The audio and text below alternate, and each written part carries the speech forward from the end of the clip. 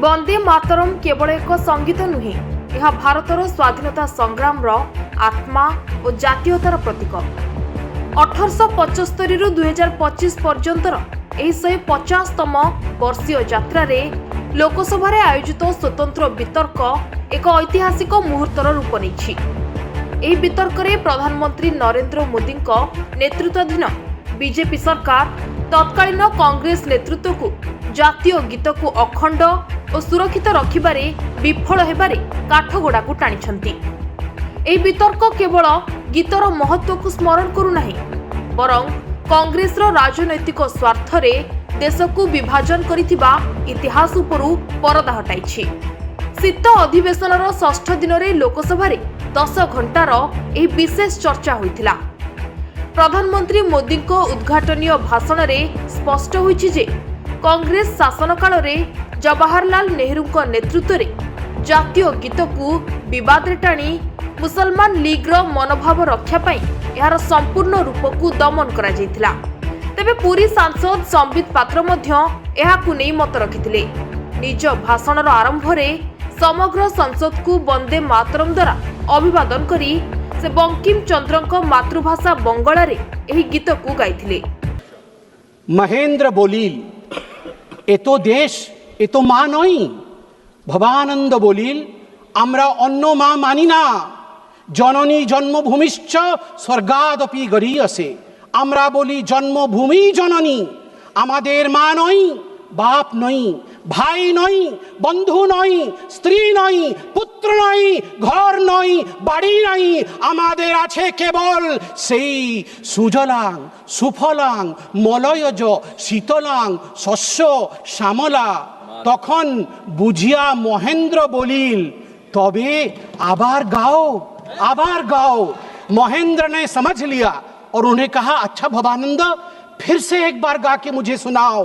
भवानंद आबार गाइल, सुजलांग सुफलांग मलयज शीतलांग शस्य श्यामलांग मातरं वंदे मातरम।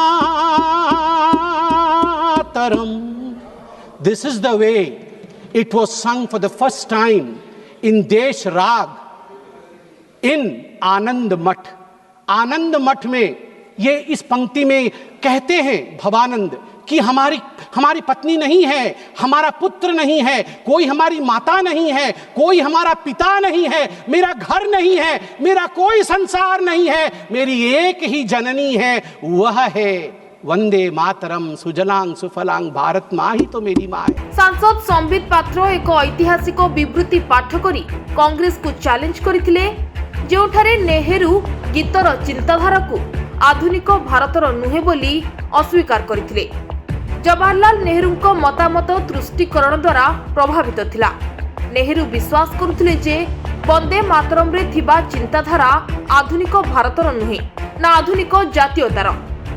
तेणु नेहरू वंदे मातरम को बजाई रखिबे कि नहीं से विषय रे चिंतित थिले। 1937 मसीह कांग्रेस लाहौर अधिवेशन रे एही गीत को जातीय गीत करिवार प्रस्ताव उपरे मुसलमान लीग विरोध करिथिला एवं नेहरू नेतृत्वाधीन कांग्रेस यहाकु संपूर्ण रूपे ग्रहण न करी केवल प्रथम वंश को अनुमोदन देथिला। आज जो तुष्टीकरण की राजनीति के विषय में बात हुई, यहाँ कुछ संसद के सदस्यों ने विषय को रखा और उसे तोड़ने मरोड़ने की भी कोशिश की गई।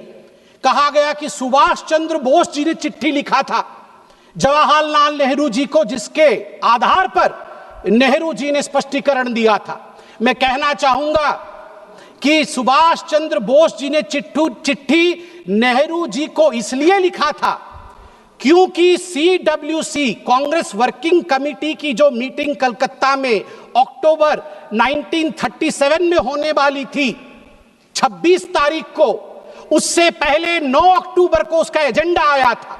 एजेंडे में लिखा हुआ था कि CWC इस बार तय करेगी कि वंदे मातरम का क्या करना है, रखना है या विसर्जित कर देना है। सुभाष चंद्र बोस तड़प उठे थे। तड़पते हुए उन्होंने क्या लिखा था मैं पढ़ना चाहूंगा। मैं ये किताब पढ़ रहा हूं, Vande Mataram the biography of a song, सभ्यसाची भट्टाचार्य। और इस किताब में लिखा है, while writing to you Subhash Chandra Bose लिख रहे हैं, while writing to you, I also plan to write to Jawaharlal ji. ये टैगोर जी को लिख रहे हैं. Discussions are ongoing in the Congress circles on the subject of Vande Mataram. On 26th October 1937, Congress Working Committee at their meeting in Calcutta will address the issue. Perhaps the committee will decide to discard the song. I do not know your opinion in this matter, and that is why I write to you. In Bengal and among Hindu outside of Bengal, great excitement has been caused, and I write to you to know what you feel. ये सुभाष जी ने लिखा. अब मैं यहां पे उद्धृत करूंगा पंडित नेहरू ने क्या क्या कहा है वंदे मातरम के लिए. ये सब कुछ इस किताब में है, ऑन रिकॉर्ड. मैं पढ़ रहा हूं. Nehru had only recently read the novel आनंद मठ only 6 days before the working committee meeting. केवल 6 दिन पहले उन्होंने आनंद मठ आनंद फानन में पढ़ लिया.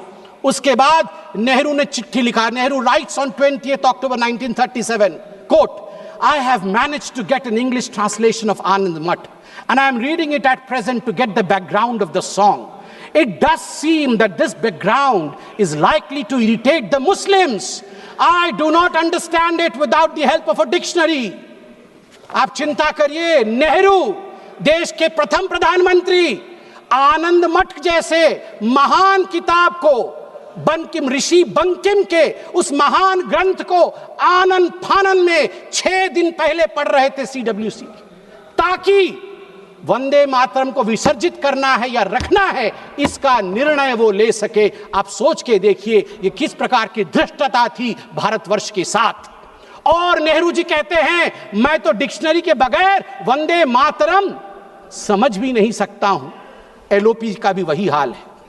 LOP का भी वही हाल है, तभी आज वो नदारत है. बिना डिक्शनरी के ये वंदे मातरम क्या है समझ भी नहीं सकते हैं. धन्यवाद है, धन्यवाद है माननीय प्रधानमंत्री जी का आज मौका दिया है. कुछ लोग घर में डिक्शनरी पढ़ पढ़ के आके भाषण तो किया है उन्होंने, वरना अभी तक वंदे मातरम का अर्थ भी नहीं समझ में आता. आगे नेहरू जी क्या कहते हैं मैं आपको पढ़ के सुनाऊंगा. नेहरू जी के सब कुछ कहने के बाद कांग्रेस वर्किंग कमेटी की मीटिंग होती है. रिजोल्यूशन मेरे हाथ में है इस किताब में. कांग्रेस वर्किंग कमेटी की जो रिजोल्यूशन है वंदे मातरम को लेके, उसमें बहुत कुछ है. मैं कुछ पोर्शन पढ़ रहा हूं. The other stanzas of the song are little known and hardly ever sung. They contain certain allusions and a religious ideology which may not be in keeping with the ideology of other religious groups in India. The committee recognizes the validity of the objections raised by the Muslim friends to certain parts of the song. While the committee have taken the note of such objections, insofar as it has intrinsic value, the committee wishes to point out that the modern evolution of the use of song as part of national life is of infinitely greater importance. That, मैं आगे पढ़ता हूँ इसमें से, taking all things into consideration, therefore, the committee recommended that whether the Vande Mataram is sung at national gatherings, only the first 2 stanzas should be sung with perfect freedom to organizers to sing any other song of an unobjectionable character. मतलब उनके मन में था कि Vande Mataram objectionable है और organisers के ऊपर छोड़ दिया गया कि आप कोई और गाना भी गा सकते हैं जो कि अनऑब्जेक्शनेबल नहीं है.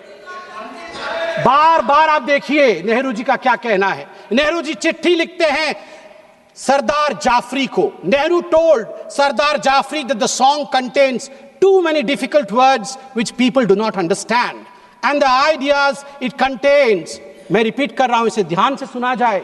नेहरू कह रहे हैं and the ideas it contains are also out of keeping with the modern notions of nationalism and progress. Vande Mataram में नेहरू कहते हैं जो आइडियाज निहित हैं वो मॉडर्न इंडिया के आइडिया नहीं है, वो मॉडर्न नेशनलिज्म के आइडिया नहीं है. इसलिए मैं चिंता में हूं कि मुझे वंदे मातरम को रखना है या नहीं